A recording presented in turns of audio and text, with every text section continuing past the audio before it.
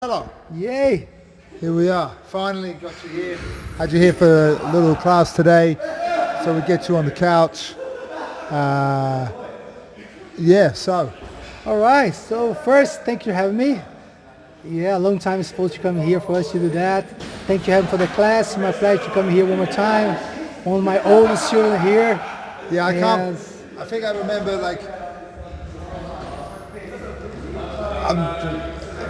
a long time. Long time. Long time. Yeah. I think like 16, 17 years. Yeah, maybe. Yeah. Maybe a little bit more. Probably, Yeah. I'm here like next February is going to be like 14 years. I live here in England. And you start like before that, 4 or 5 years before. Okay. Yeah, I think something like that. Yeah. Well, let's talk about how you like got into martial arts. What age? Where in the world did you do such a thing? And what made you start in the martial arts? All right. First, I started like I'm from Niterói, Rio de Janeiro, and when I was young, like around 12, I moved to a small city near to Niterói, like 30 minutes, Maricá, and over there I met my karate teacher, where I started over 12, 13 years, something like that. I started training karate with him, Enrique. I spoke for him the other day, and we have like a really good time. Really, I compete as same I did a little bit in Jujitsu, the competition, and I have a lot of fun. It's like a first guy introduced me to martial arts, and I trained karate a lot, and it was a good time. And after that, I started surf. I'm being like 15, and training karate and surf, training karate surf, and I started to go much more surf.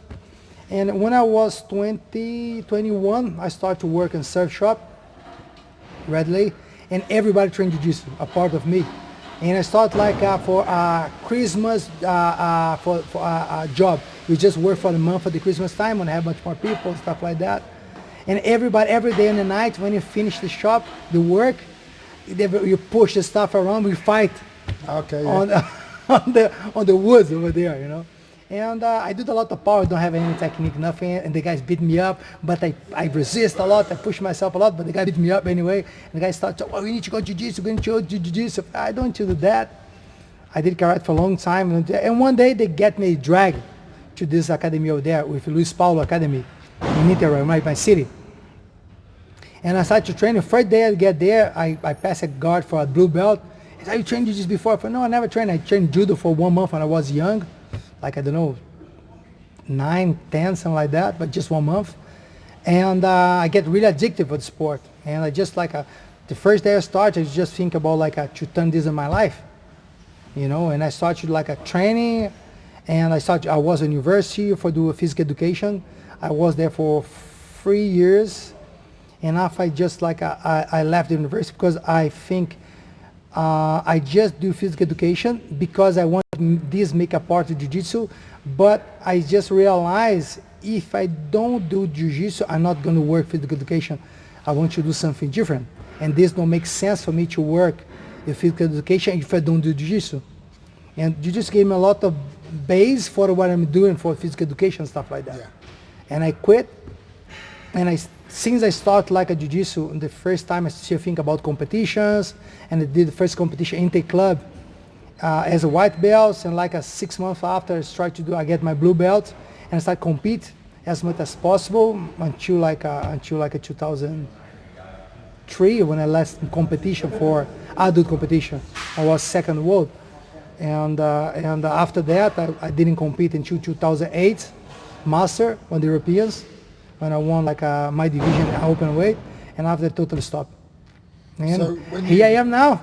Here you are. So when you started training Jiu-Jitsu, did you have a full-time? Was there in Brazil? Was there like full-time academies everywhere, or was it? On that time. Popular? No, on that time we have in Niterói like 2 big academies. We have my academies, all right, and have the other one is like Congress of us. You compete a lot between each other. Orient, they are older than us. They have like a long time. Master Amelio Arruda is the oldest person in Niterói to teach Jiu-Jitsu. Is really like a grandmaster over there. And I was the other academy. We compete again with each other as well, like being stuff like that. And on my academy, we just have a class 3 times a week, Monday, Wednesday, Friday. and I moved a shop on the side of my academy. So when I have a break for half an hour to eat, I eat in 5 minutes, go there to train 20 minutes, and I come to for the shop to sell. I'm sweating. My manager was upset with me. Like, it was really good time, really good time. So you mentioned you surfed and stuff. I guess a phone call. Sorry, I just like I turned this off. My boss. I talk to her later. Sorry. But yeah, so you mentioned surfing. So because I've seen you surf. It's kind of like you're not too bad. Yeah, I'm alright. Like, and you're saying that jiu-jitsu and the surf go well together.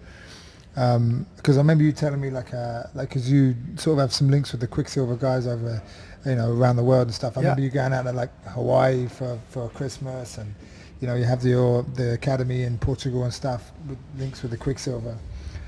Was there any time where you thought you wanted to go the surf route rather than the jiu-jitsu route? I wish I can do that, but not good enough.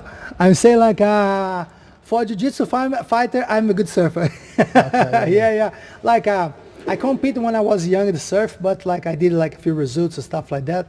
I'm always second or third. I never won. Right. And I did a few competitions, small competitions like for my city, stuff like that. But I'm not like that good. And surf become my passion. I not think about compete surf. I did when I was young, but not too much competition, stuff like that. My thing for the surf is like the pleasure for the stuff. Yeah. I really love as a hobby, and I have a lot of fun all the time. I try to travel for the place. When I have my holiday, I try to go for the place, have surf for me to surf, because I have really good fun with this. But jiu-jitsu was my passion, and it's something I really want to work with. It's like a different surf. Like I'm not good enough in surf to be a professional, and for jiu-jitsu I have like something I can love to do and can be a professional. Yeah. And this make you think. And I keep doing my hobby, jiu-jitsu as my hobby, and something I really love it. And the connection about Quicksilver and Icon Jiu-Jitsu in our team is what happened. I have a student of mine. He is the guy who brought me to Europe to start the first time for jiu-jitsu. Yannick Bevan, he's from France. He was a professional surfer. His brother Patrick Bevan was a professional surfer as well, still professional surfer, surf really well. And they brought me to here, and they was inside the surf, and they connect surf and jiu-jitsu in Europe. On that time, 1998, when I started coming, nobody know too much about jiu-jitsu, just few stuff like that. And I travel around for go to different to show the jiu-jitsu a little bit, and a lot of surfers start training for us because they are friends. They are friends of them. But you've seen pretty much, especially in the UK, you've been a big factor of the growth of jiu-jitsu, especially in the UK, and like you say, in Europe. And the landscape has changed now. I mean, there's jiu-jitsu's everywhere, right? Yeah. And you've kind of been one of the guys to help build that foundation.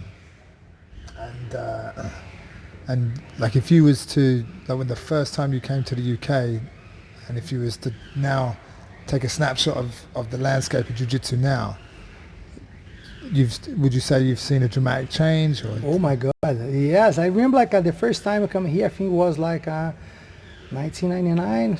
First time I come to Europe, for jiu-jitsu, for teaching, was 1998. And I think England coming the following year, 1999. I remember first time I come here, I have a student of mine, Ronaldo. He lived here, he moved to here and asked me to go around Europe with me, to train in different places and stuff like that. And he asked me, why don't come to England to do a seminar? I said, no problem, let's go there.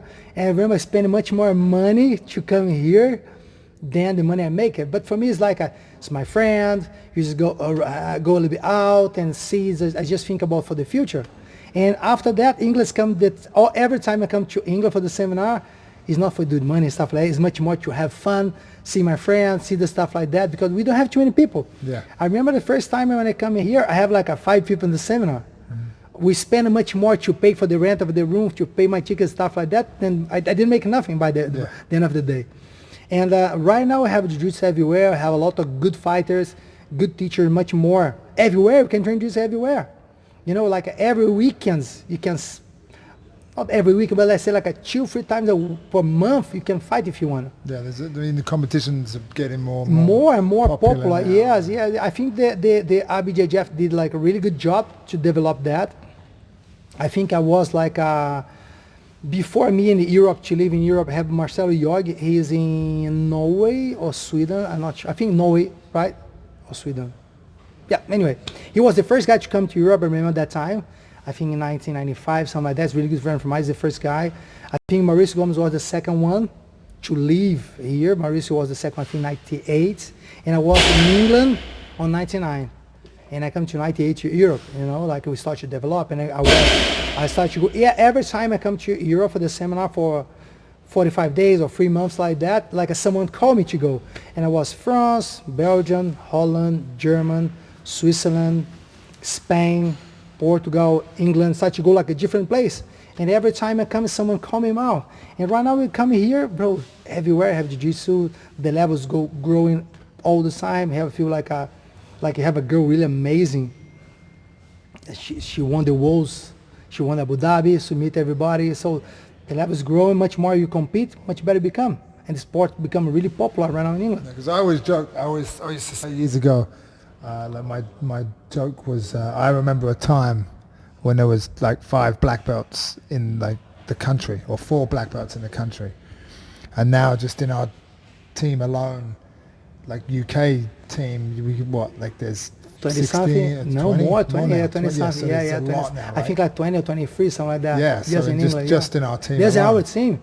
And you have a lot of different teams. You have a lot of black belts, yeah. Because I reckon like Jiu-Jitsu's probably now been here, a good solid 20 odd years where it's been really like gathering momentum. Yeah, that's it. Like I'm living in like as I said, 14 years. Well, when I start to do like next year is gonna be like 20 years I come to England. The first time I come here, you know, and have someone before me here. So right now we have like people start to leave Jiu-Jitsu, make like the professional. Remember the first start here, like people, oh, how is possible? What do you do to leave? This is my full-time job. You know, you need to. It's not easy. It's not easy. The people sometimes, oh, I'm gonna open the gym. It's easy like that. They have like 200 students, and the next day, it's not easy. It's not easy. You need to work a lot. You need to push a lot yourself. You need to be recognized. You need to build up your name, not only as a fighter, but as a teacher as well. You know, and it is not easy. People think it's like that. But it's well, not I like think that. sometimes you need a lot of passion to do it. Yes. Because sometimes there's more passion than profit, and that hurdle to get to where you need to be, you need to be able to work 7 days a week and travel and do everything. Yeah. I remember my until like not too long time ago, I don't make money to live with my gym. I need to go away to do a seminar. I need to sell my stuff. I need to pay my bills. You talk about like not too long time ago, you know, and like right now I can't live only with my money from what I do in my gym. I can live, I can pay my bill for that. But still every day you need to work and go there and teach and do the seminar. Still, you know.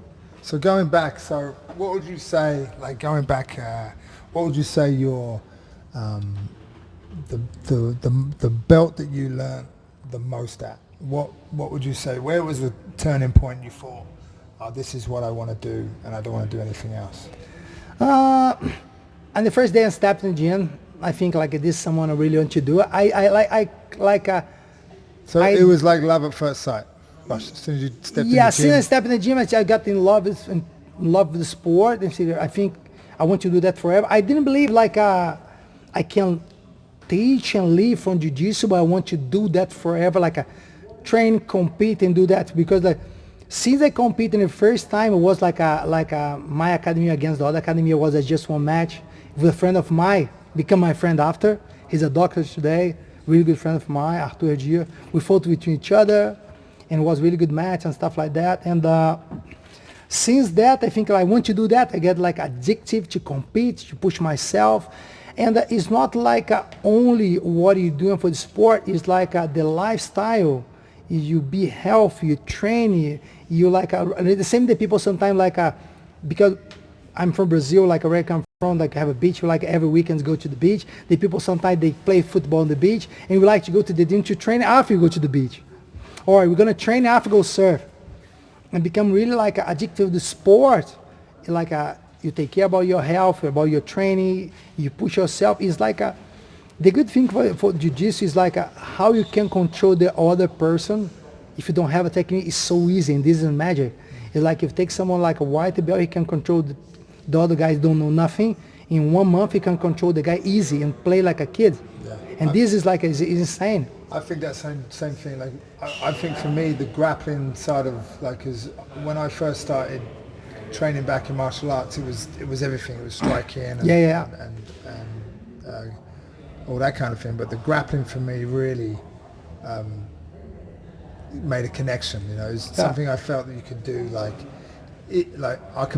You can train jiu-jitsu until you're like 70 odd years old, as long as you you can even if you tip me out of my wheelchair, Exactly. lay me on the mat, I'm good without to go. hurt yourself. You like, of course, if you go train like crazy, you're gonna hurt yourself. But for example, today when I still train hard, I still push myself. I love training hard. I push myself. But sometimes I can roll with my friends and play the game. Sometimes I laugh because I block your game. You see, I'm gonna block. And this for me is really good fun.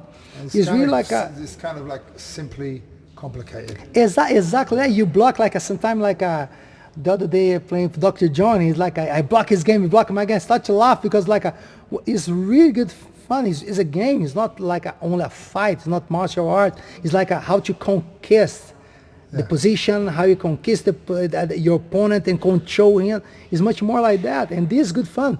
You can train like that, like a relax. Long. Sometimes the people call me and say, "Oh, I'm really old, and I think I'm too old for that." I say, bro, were you old for that? I'm still thinking about starting new sport. You know, like every day I love sport. Everything I'm doing, I love surf. I do spear fishing. I like a snowboard stuff. I still think every day like I learn something new. I'm old for that. You're never old. I think much more you get like sit in your couch and just watch TV. Worse gonna be, less help you're gonna have. Much more sport you do, and doesn't matter what you're doing. Much more fun you have. You put yourself outside. You keep your body move. Less move, more pain you're gonna have. Yeah. I think about that. Because I find like with like the martial arts nowadays, if you was to go back maybe 20, 30, 40 years, like when I used to train karate as a kid, it seemed to be a bit more regimental.